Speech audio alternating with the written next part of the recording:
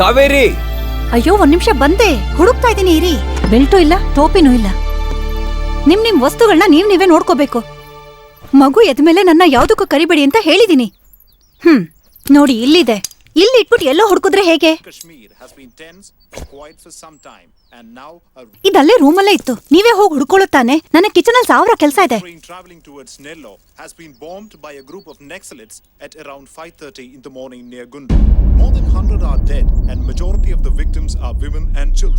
About 350 are injured, and out of this, 50 are in critical condition. The Maoists have taken the responsibility of the attack. ನೆಕ್ಸಲೆಂಟ್ ಆಕ್ರಮಣ ಆ ಕಾಲದಲ್ಲಿ ತುಂಬಾನೇ ಅತಿಯಾಗಿತ್ತು. ನೆಕ್ಸಲೆಂಟ್ ಆಕ್ರಮಣ ತಡೆಯೋದಕ್ಕೆ ಅಧಿಕಾರಿಗಳು ಪ್ರತ್ಯೇಕವಾದ ಪೊಲೀಸ್ ಪಡೆಯನ್ನು ತಯಾರಿಸಿತ್ತು. ಇದನ್ನು ತಡೆಯೋದಕ್ಕೋಸ್ಕರ ಎಲ್ಲರೂ ಅಲ್ಲಿಗೆ ಹೋಗಿದ್ರು. ಏನಾದರೂ ಮಾಡಿ ಇದನ್ನು ತಡಿಲೇಬೇಕು ಅಂತ ತುಂಬಾನೇ ಪ್ರಯತ್ನ ಪಟ್ಟಿದ್ರು. ಎಲ್ಲರೂ ಅದಕ್ಕೆ ಬದ್ಧರಾಗಿದ್ರು.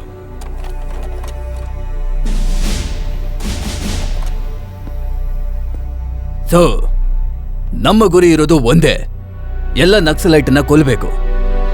ನಮ್ಮ ಮುಂದೆ ಇರುವಂತ ಗುರಿ ಅದೊಂದೇ, ನಕ್ಸಲೈಟನ್ನ ಕೊಲ್ಲಬೇಕು. ಹಳ್ಳಿಗಳಿಗೆ ಹೋಗಿ ನಕ್ಸಲೈಟನ್ನ ಹುಡ್ಕೋದು ಅಂತಂದ್ರೆ ಅದು ಸುಲಭದ ಮಾತಲ್ಲ. ನಾವೆಲ್ಲರೂ ತುಂಬಾನೇ ಕಷ್ಟಪಡ್ಬೇಕಾಗತ್ತೆ.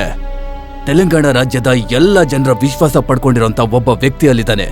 ಅವನು ಅವ್ರ ಜೊತೆ ಇರೋವರೆಗೂ ನಮ್ಮಲ್ಲಿರೋ ಎಲ್ಲ ಫೋರ್ಸನ್ನ ನಾವು ಬಳಸ್ಕೊಂಡ್ರು ಹಳ್ಳಿ ಜನರ ಮನಸ್ಸಲ್ಲಿ ಏನು ವ್ಯತ್ಯಾಸ ಮಾಡೋಕ್ಕಾಗಲ್ಲ. ಅದಕ್ಕೆ ನಾವು ಎಷ್ಟೇ ಖರ್ಚಾದ್ರೂ ಕೂಡ ಮೊದಲು ಇವನ್ನ ಹಿಡಿಬೇಕು. ಅಬ್ದುಲ್ ಅಂತ ಕರೆಯುವಂತ ಇವನ ನಿಜವಾದ ಹೆಸರು ಡಾಕ್ಟರ್ ಸೈಯದ್ ಅಬ್ದುಲ್ ರೆಹಮಾನ್. ಉಸ್ಮಾನಿಯಾ ಯೂನಿವರ್ಸಿಟಿನಲ್ಲಿ ಒಳ್ಳೆ ರ್ಯಾಂಕಲ್ಲಿ MBBS ಪಾಸ್ ಮಾಡಿದ್ದಾನೆ. ಮತ್ತೆ ತೆಲಂಗಾಣದಲ್ಲಿ 2 ವರ್ಷ ಡಾಕ್ಟರ್ ಆಗಿ ಸೇವೆ ಸಲ್ಲಿಸಿದ್ದಾನೆ. ಅಲ್ಲಿಂದ ರಾಡಿಕಲ್ ಫೋರ್ಸ್ನ ಕೆಲಸ ಜಾಸ್ತಿ ಆಯ್ತು. ಪೊಲೀಸ್ನವ್ರಿಗೆ ಹೆದರ್ಕೊಂಡು ಡೆಲ್ಲಿ, ಬಾಂಬೆ, ಕೊನೆಯದಾಗಿ ಅವನು ಇಲ್ಲಿಗೆ ಬಂದ್ಬಿಟ್ಟ. ಹಳ್ಳಿ ಜನರಿಗೆ ಅವನೊಬ್ಬ ನಾಯಕ ಅಲ್ಲ, ದೇವ್ರು. ಅಬ್ದುಲ್ನ ಹಿಡಿಯೋದಿಕ್ಕೆ ಒಂದು ಸ್ಪೆಷಲ್ ಟೀಮನ್ನ ಡಿಪಾರ್ಟ್ಮೆಂಟ್ ಸೆಲೆಕ್ಟ್ ಮಾಡಿದೆ. And that will be led by DYSP Devanayak, then inspector Mohan Rao Subbarao and constable Mohammed Rowther and Balaram. ಪದೇ ಅದೆಷ್ಟೋ ರಚನೆಗಳನ್ನು ಬರೆದು ಪ್ರಶಂಸೆಗಳ ಸರಮಾಲೆಯನ್ನೇ ಪಡೆದ ನೀವು ಸಣ್ಣ ಸದ್ದನ್ನು ಮಾಡದೆ ಹೊರಟು ಹೋದಿರಿ.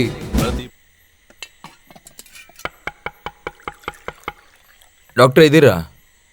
ನೋಡು,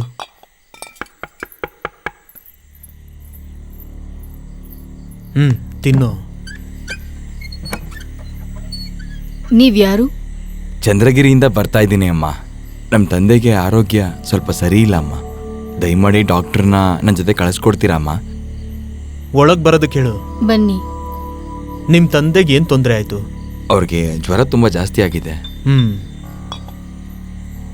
ಈ ದೇಶದಲ್ಲಿರೋ ಗ್ರಾಮಗಳಲ್ಲಿ ಸರ್ಕಾರ ಸರಿಯಾದ ಆರೋಗ್ಯವಾದ ಆಹಾರವನ್ನು ನೀಡಕ್ಕಾಗದೆ ಎಷ್ಟೋ ಪ್ರಜೆಗಳಿಗೆ ಇಂಥ ಸಮಸ್ಯೆ ಆಗ್ತಿದೆ. ಆದ್ರೆ ಯಾರಿಗೂ ಇಂಥ ತೊಂದರೆ ಆಗ್ಬಾರ್ದು ಅನ್ನೋದೇ ನನ್ನ ಅನಿಸಿಕೆ. ನೀವು ಊಟ ಮಾಡಿ. ಬೇಡ ರುಕ್ಮಿಣಿ, ಊಟ ಹಾಕು.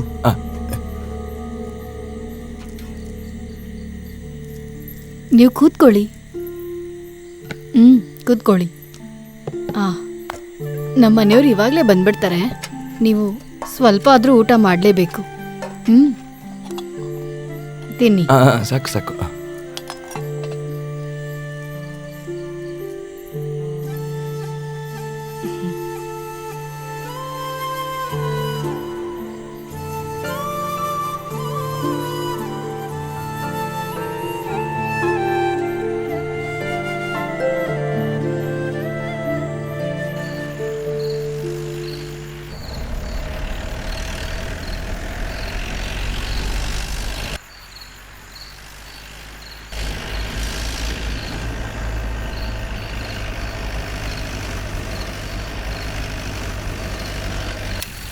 ಸಿಟಿಯಲ್ಲಿ ನಡೀತಿರೋ ಅಭಿವೃದ್ಧಿ ನೋಡಿ ಗ್ರಾಮಸ್ಥರು ಅವ್ರಿಗೆ ಅನ್ಯಾಯ ನಡೀತಿದೆ ಅಂತ ಆಯುಧಗಳನ್ನ ತೆಗಿತಿದ್ದಾರೆ.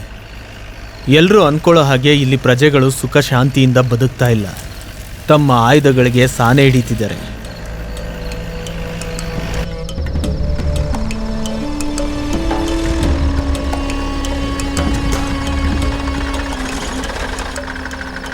ಚಂದ್ರಗಿರಿಗೆ ಈ ದಾರಿ ಅಲ್ವಲ್ಲ?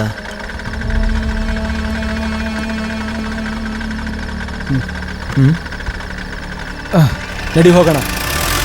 ಹಲೋ, ನೀವ್ಯಾರು? ನೀವ್ಯಾರು ಹೇಳಿ?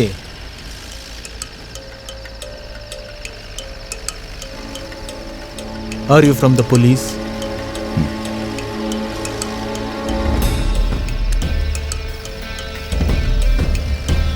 ಬೇಡ ಆಫೀಸರ್, ನನ್ನ ಕೈಯಲ್ಲಿ ಯಾವುದೇ ಆಯುಧ ಇಲ್ಲ. ನೀವ್ಯಾಕೆ ಗನ್ ತಂದ್ರಿ? ಹೆದರ್ಕೊಂಡು ಓಡೋಗೋ ವ್ಯಕ್ತಿ ಅಲ್ಲ ನಾನು.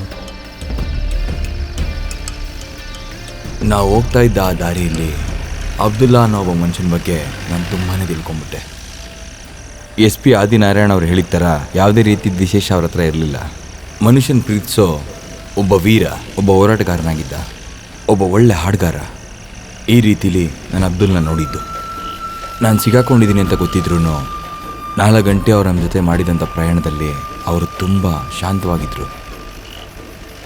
ಅವರು ನಮಗೋಸ್ಕರ ಒಳ್ಳೊಳ್ಳೆ ಹಳೆ ಹಾಡನ್ನ ಹಾಡ್ತಾಯಿದ್ರು. ಕಿವಿನಿ ಕೇಳದಿರೋ ಅಂಥ ಒಳ್ಳೆ ವಿಷಯಗಳನ್ನ ಕೊಡ್ತಾ ಹೋದರು.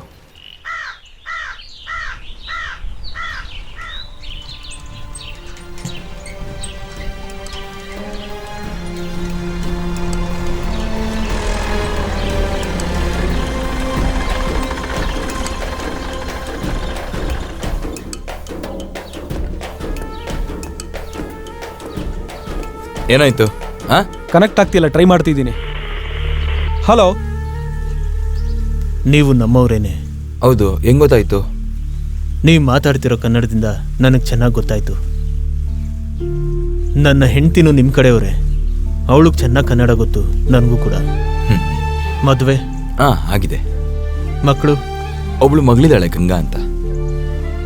ಗಂಗಾ ಪುಣ್ಯ ನದಿ ಹೆಸರು. ಮತ್ತೆ ನಿಮ್ಮನ್ನು ನೋಡೋಕ್ಕಾದ್ರೆ ಬಲರಾಮ, ನಿಮ್ಮ ಮಗಳಿಗೆ ನಾನೊಂದು ಹಾಡು ಹಾಡ್ಕೊಡ್ತೀನಿ. Hello, squad 321/169. Yes sir, over.